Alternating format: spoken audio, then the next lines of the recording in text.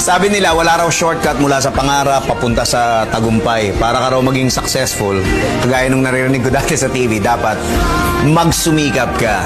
Yung pangarap mo, hindi mo susukuan hanggat di mo naaabot. Yung pagsusumikap, hindi naman kailangan matagalan. Pwede namang mabilis lang, pero dapat sunod-sunod. Yung tipong sasablay ka ng 9 na beses, pero mananalo ka sa pansampu. That's why family is very important. Kaya kung meron kang ipaglalaban, huwag mong ipaglaban ang trabaho mo. Huwag mong ipaglaban ang pera mo. Ang ipaglaban mo, pamilya mo. Marami sa atin, sobrang tapang, pati mali ipinaglalaban.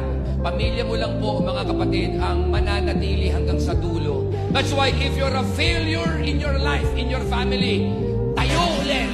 Bakit? Because God has a purpose for you. God doesn't care if you fail. In fact, God already knew that you will fail.